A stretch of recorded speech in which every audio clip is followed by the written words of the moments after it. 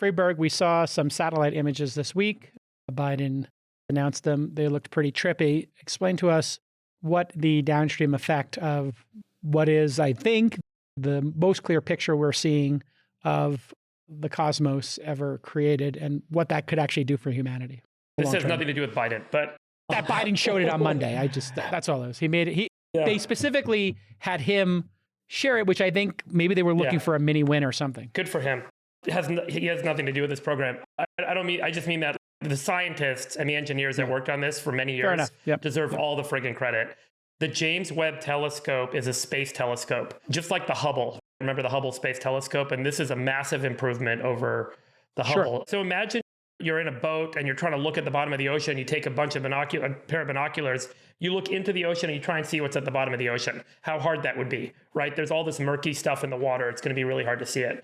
The reason that we create a space telescope is so that the same problem that we would have looking at a telescope through the Earth's atmosphere doesn't impact the light coming into the telescope. And so there's so much stuff in the atmosphere, right? There's miles of molecules and dirt and dust moving around. So by putting a telescope in space, we get rid of all that murkiness. And now we can really capture the light that is coming from far away, concentrate that light onto really sensitive photodetectors. These are photodetectors that operate at nearly the coldest point in the universe, negative 263 Kelvin. And that photodetector makes it extremely sensitive. And using a 20-foot wide mirror, we can capture all the light that's coming in, concentrate onto the photodetector, and read that light. And so why is this important? Why is this interesting? Well, people get really excited by and flip out over the cool imagery that they see, these images, these colorful images of galaxies and stars far away. What we're really doing is we're not just looking far away, we're looking back in time. So these images come to us from galaxies that are 4.6 billion light years away. So it took 4.6 billion years for that light to reach our planet. And we're actually seeing what happened in the earlier part of the universe. And we're seeing how these galaxies formed, how they're moving, how they interact with one another, how the planets interact with one another. But what a lot of people miss, that's I think is the most important thing to highlight, as an astrophysicist, when you're looking through telescopes and gathering telescope data, you're not looking for imagery like we looked at today. That's really good to sell the story and get Biden to do a press conference. What they're really looking at is spectrographs. And a spectrograph it shows for every wavelength of light across some spectrum what the intensity is of that amount of light, that wavelength of light. And particularly, the James Webb Telescope has incredible micro shutter arrays and incredible sensitivity that allows us to go from near infrared to infrared and some visible light and look at that spectrograph. Why is that important? Because if you can capture the spectrograph in a very high resolution way for a sun or for a planet far away, it can tell you very specifically what the movement is and what the chemical composition is of that object.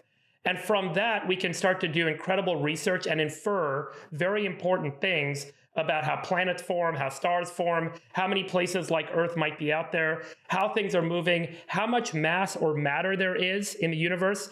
And there are two very big questionable phenomena in astrophysics right now. One is called dark energy, one's called dark matter.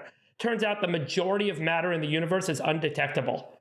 And there also is this really weird energy force pushing on everything in the universe, causing the universe to accelerate its expansion. So the universe is expanding, everything's moving away from itself, but it's not just expanding and slowing down, it's expanding and speeding up. And so having this sort of instrument in space that allows us to capture in a very high resolution way, using spectroscopy and other tools that astrophysicists use, and better map out how this is happening in different parts of the universe, starts to give us a better sense and allows us to inquire and start to develop theories around what's really going on. And I want to say one more thing, because a lot of people think that this stuff is just so esoteric and it's like super interesting. Why are we spending $10 billion on this? Most applied engineering and the technologies that we've developed as a species started out initially as pure research with no friggin' clue where it was going to go to. Imaging DNA, penicillin, electronics, MRI machines. So many of these capabilities evolved from scientists just querying the universe and asking questions and gathering data. And all of a sudden they came across something, developed a theory, built an application of that theory, and a technology emerged that changed the course of our history as a species. And that's the reason to do pure research. And that's the reason it's so important for us to put $10 billion into a program like this. We're going to discover amazing things with this tool. And it will ultimately, hopefully, yield advances for humankind that we cannot even contemplate today. So the energy, right? Understanding dark matter and dark energy totally. And then maybe has changed everything in energy, right? Cal, think about it. One day there might be a capability where we say there's a new class of matter and a new understanding of energy that we can then apply in some form of physics on Earth that we could do something interesting with. And we have to be able to query and understand the universe to do that. Could we measure? Here we go. Could we measure the matter from Uranus? Yeah, I knew it was coming. The Hubble telescope actually, correct me if I'm wrong here, it actually told us the age of the universe. How much dark matter is in Uranus, Chamath? A lot. You're full of it.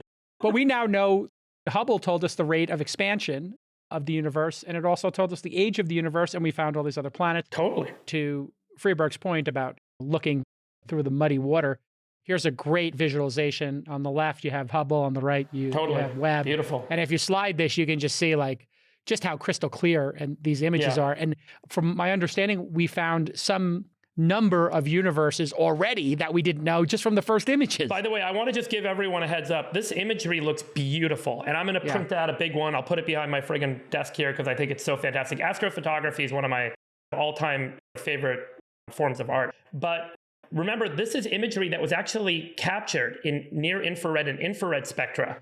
And then they converted it to visible light to make it look cool. So remember that these images, these clouds, if you were actually there, don't actually look at that color, but it's a very cool way to visualize the density and the spectral changes. Where does this sit for you in terms of your excitement between the new season of Doctor Who and the Foundation series? Let me just give you guys one more kind of really interesting. If you start at our sun and you look at the sun, it's super bright. If you go at the speed of light for 4 minutes, you reach the Earth, or a couple of minutes, you reach the Earth. Look back, or 6 minutes or 7 minutes, whatever it is. Look back, and now the sun looks like it does in our sky. If you go for another couple of minutes, you end up looking back from Saturn, and the sun starts to look like a star. That's how dim it gets. Now imagine continuing to go at the speed of light for another hour. You look back, you'll hardly be able to differentiate the sun from the rest of the universe. Now do that for 4.6 billion years.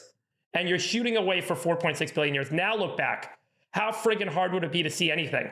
That's the technical capability we just put into space. We've built a 20-foot wide mirror to concentrate the light, the photons that traveled for 4.6 billion years, lost all of their density, completely dimmed out, completely diffused, and we're capturing a few of them, run that concentrated way onto a detector for minutes at a time, and generate this image. It's really profound how technically complex this is. And again, that technical complexity can ultimately yield other technological tools that we could use in all sorts of industry. So I just want to highlight that. I posted it for you guys. It's an incredible story, but basically this program was riddled with delays and things that weren't working. And then they put this quiet, very assuming engineer in charge of it, and he completely turned the whole thing around. And it's one of the most incredible quotes. What's his name? Let's give him a shout out. His name is Greg Robinson, and he turned a $10 billion debacle into a groundbreaking scientific mission. This is the quote from the Wall Street Journal.